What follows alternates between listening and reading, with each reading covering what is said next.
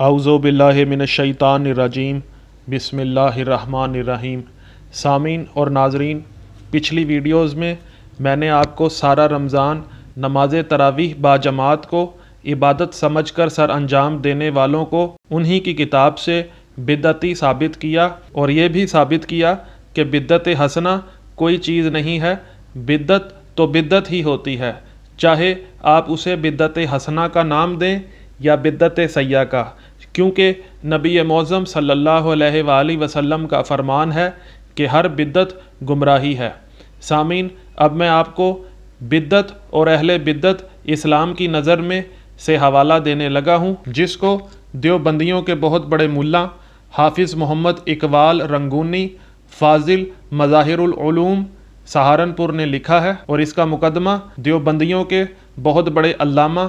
خالد محمود، جو کہ ڈاکٹر بھی ہیں اور ڈائریکٹر اسلامک اکیڈمی مانچسٹر ہیں، نے لکھا ہے۔ اس کتاب کے صفحہ نمبر 38 میں بزرگان دین کا بدعت حسنہ سے اجتناب کی ہیڈنگ کے انڈر لکھا ہے کہ بزرگان دین بدعت حسنہ سے بھی اسی طرح بچتے ہیں جس طرح بدعت شرعی سے، یہ تو صرف جہال کی یعنی جاہلوں کی رعایت کے لیے کچھ دیر چلنے دی جاتی ہے۔ حضرت عبداللہ ابن عمر یعنی عمر بن خطاب کے بیٹے کے سامنے کچھ لوگ بڑے اہتمام سے مسجد میں نماز چاشت پڑھ رہے تھے۔ آپ یعنی حضرت عمر کے بیٹے عبداللہ ابن عمر نے فرمایا یہ بدعت ہے، اور ملا احمد رضا خان کے پیشرو ملا عبدالسمیع رامپوری لکھتے ہیں کہ آپ یعنی عبداللہ ابن عمر کی اس سے مراد بدعت حسنہ تھی۔ پھر مصنف کہتے ہیں کہ اب دیکھیے کہ حضرت عبداللہ ابن عمر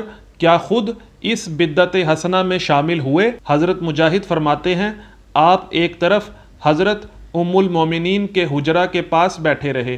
اور نماز چاشت پڑھنے والے اپنی نماز پڑھ رہے تھے۔ آپ کا خود اس کار خیر میں شامل نہ ہونا بتاتا ہے کہ اونچے درجے کے بزرگ بدعت حسنہ سے بھی ہمیشہ کنارہ کش رہے ہیں، اور غیر شیعہ کے ہاں امام کا درجہ رکھنے والے مجدد الف ثانی فرماتے ہیں کہ جب تک تم بدعت حسنہ سے بھی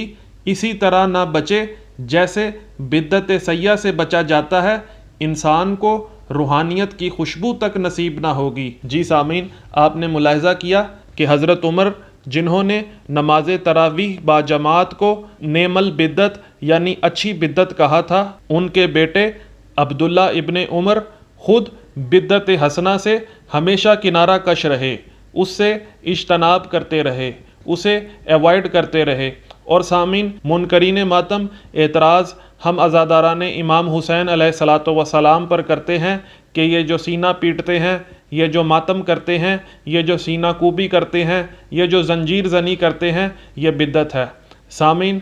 اگر آپ کو ہماری ویڈیو پسند آئی ہے تو ویڈیو کو لائک کریں، کمنٹ کریں اور زیادہ سے زیادہ شیئر کریں، تاکہ سارا رمضان نماز تراویح باجماعت کی بدعت عبادت سمجھ کر سر انجام دینے والوں کو ہدایت نصیب ہو۔ السلام علیکم ورحمۃ اللہ وبرکاتہ۔